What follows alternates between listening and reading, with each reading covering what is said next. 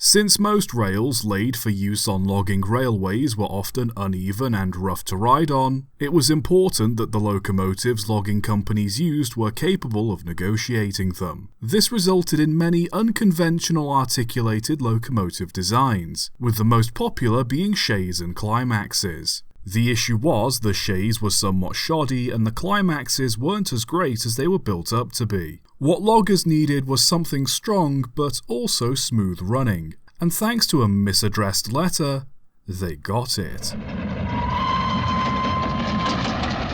In 1891, a Mr. Addington of Little Washington, North Carolina, was in need of a locomotive to work on his logging railway, capable of handling grades of 1 in 10 and bends with a 95-foot radius. He wrote to Edward Nichols, president of the Brooks Locomotive Works in New York, to put in an order to be completed within 60 days, but accidentally addressed the letter to the Dunkirk Engineering Company, the confusion likely coming from the fact that Nichols owned both companies. Despite mostly manufacturing hydraulic equipment and specialist machine parts, the Dunkirk Engineering Company also built a few engines of their own. Given Addington only wanted a small 10-ton locomotive, when the inquiry ended up in the hands of the company's mechanical superintendent, Charles Heisler, Heisler requested they accept the order, but on the condition that he be given an extra 30 days to come up with a satisfactory design. Addington agreed, and so Heisler set to work. Rather than design a new engine from scratch, it seems he instead set about refining and improving the Class B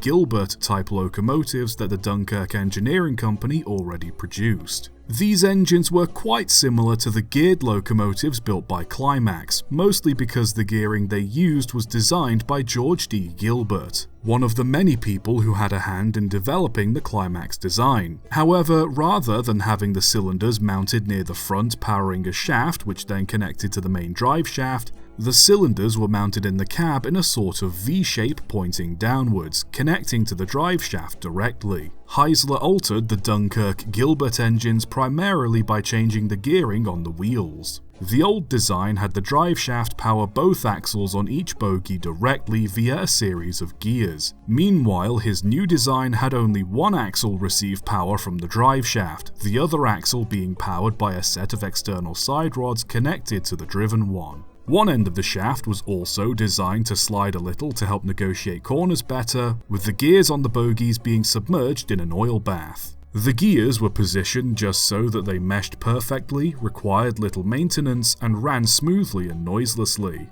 Heisler also repositioned the cylinders from inside of the cab to 3/4 of the way along the boiler to help better distribute the locomotive's weight onto its wheels, and each component, from the boiler to the cylinders, was designed so they could be removed easily and individually, making maintenance and replacing parts that much easier. The drive shaft being set between the engine's frames also meant it was better protected from the weather and debris. 2 separate sanding gears were fitted which could be operated either automatically or manually, one towards the front and one towards the rear, which dropped sand before the outermost wheels, ensuring all wheels were sanded regardless of which direction the engine travelled. To keep the rest of the engine cheap and simple, it was fitted with a cylindrical boiler and an internal firebox. With the design complete, the engine was built, tested, and sent to Addington, who responded favourably to this unique design. With other companies showing an interest in the engine, Heisler patented the design and the Dunkirk Engineering Company began to build more of these engines until 1893 when Nichols died.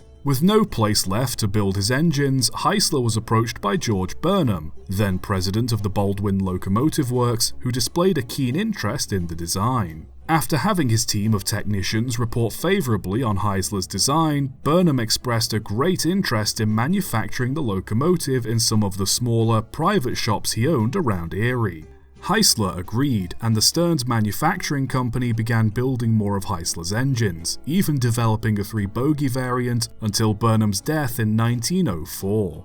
Once again without a company to build his engines, Heisler production was put on hold until the design was picked up once more by a Mr. F.F. Kurtze and Roy Swab, and in 1907 the trio founded the Heisler Locomotive Works. During this time, Heisler took the opportunity to refine and improve his machines, making adjustments to the gearing, boosting the engine's overall power, swapping the wooden cabs for steel, and implementing a suggestion of swabs which greatly improved the flexibility of the engine's truck frames. The brakes too were intricate but effective. One small cylinder and one large cylinder was used to provide braking, these being controlled by a three-way valve. Putting the brakes in the first position, steam would be sent to the small cylinder which applied a moderate amount of braking power. In the second position, the larger cylinder would receive steam, providing much stronger braking, while any steam in the smaller one would be exhausted.